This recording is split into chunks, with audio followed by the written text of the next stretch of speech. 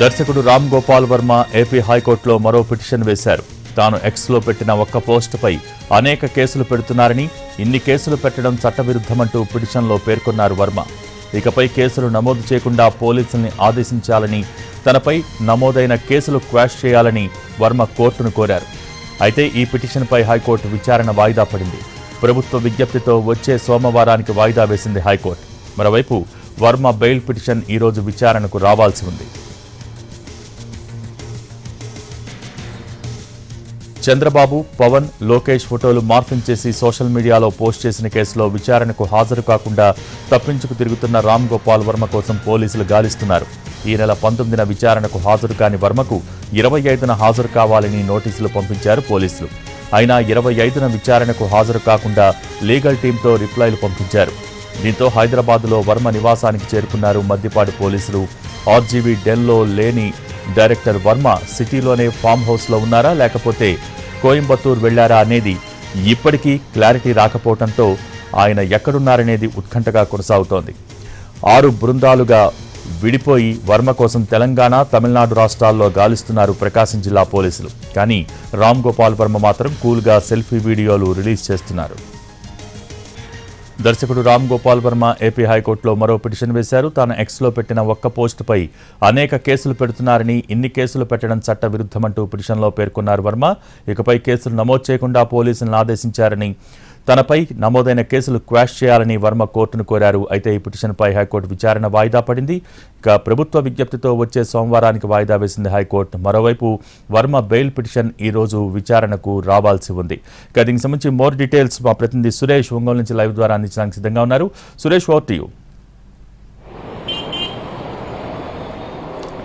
Bhogi RGV కేసులో గత 4 రోజులుగా ఆయన అజ్ఞాతాన్ని వీడలేదు. ఏదైతే రామ్ గోపాల్ వర్మ మద్దిపాడు పోలీస్ స్టేషన్ సంబంధించి ఈ గత 19వ తేదీ విచారణకు రావాలని ఒంగోలు రూరల్ సర్కిల్ ఇన్స్పెక్టర్ కార్యాలయం నుంచి ఆయనకి నోటీసులు అందజేసిన పరిస్థితి. అయితే మరోసారి ఆయన అవకాశం కోరటంతో ఈ నెల 25న ఆయన విచారణకు హాజరవ్వాలని నోటీసులు ఇచ్చారు పోలీసులు. అయితే ఆ రోజు నుంచి ఇప్పటి వరకు గత 4 రోజులుగా వర్మ ఆచూకీ పోలీసులకు లభ్యం కాలేదు. అయితే విచారణకు ఖచ్చితంగా హాజరు కావాల్సి ఉన్న సమయంలో వర్మ అజ్ఞాతంలోకి వెళ్ళిపోవటం, గత 4 రోజులుగా కనిపించిన వర్మ రోజుకో వీడియోను విడుదల చేస్తూ సంచలనం సృష్టిస్తున్నారు. తనకు సంబంధం లేని, అంటే ఎక్స్లో పోస్ట్ చేసిన పోస్టులకు పలుచోట్ల తనపై వివాదాలను సృష్టిస్తూ కేసులు నమోదు చేస్తున్నారంటూ వర్మ ఆరోపిస్తున్నారు వీడియోలో. అయితే ఈ కేసుకు సంబంధించి ఏదైతే గత 4 రోజులుగా వర్మ అజ్ఞాతంలో ఉన్నారో 6 ప్రత్యేక బృందాలతో ప్రకాశం జిల్లా పోలీసులు అటు హైదరాబాద్తో పాటు ఇటు తమిళనాడు, కేరళ రాష్ట్రాల్లో కూడా ఆయన కోసం గాలింపు చర్యలు చేపట్టారు. అటు సెల్ ఫోన్ లొకేషన్ ఆధారంగా ఆయనపై పలు ప్రాంతాల్లో గాలింపు చర్యలు చేస్తున్నారు. అయితే ఆయన సెల్ ఫోను లాస్ట్ టైం ఆయన ఇంట్లోనే స్విచ్ ఆఫ్ అయి ఉన్న నేపథ్యంలో ఇతర టెక్నికల్ పద్ధతులను ఉపయోగించి వర్మ కోసం ప్రస్తుతం గాలిస్తున్న పరిస్థితి.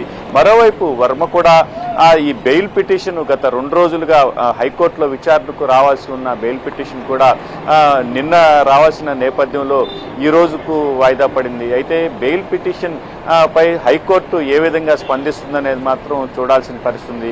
మరోవైపు వర్మ కూడా ఏదైతే పలు ప్రాంతాల్లో ఒకే పోస్టుకి సంబంధించి పలు ప్రాంతాల్లో కేసులు నమోదవుతూ వస్తున్నాయో ఇది చట్టవిరుద్ధమంటూ వర్మ ఈ కేసులన్నింటినీ క్వాష్ చేయాలని హైకోర్టులో పిటిషన్ వేసిన నేపథ్యంలో దాన్ని కూడా ప్రస్తుతం హైకోర్టు వాయిదా వేసిన పరిస్థితి. సోమవారానికి ప్రభుత్వం ఈ కేసుకు సంబంధించి వాయిదా వేయాలని విజ్ఞప్తి చేసిన నేపథ్యంలోనే సోమవారం వరకు ఈ క్వాష్ పిటిషన్కి సంబంధించి హైకోర్టు వాయిదా వేసినట్లుగా తెలుస్తుంది. ఈ బెయిల్ పిటిషన్ పై అటు వర్మకు ఊరట లభిస్తుందా లేదా అనేది మాత్రం మరికొద్ది సేపట్లో తేలాల్సిన పరిస్థితి.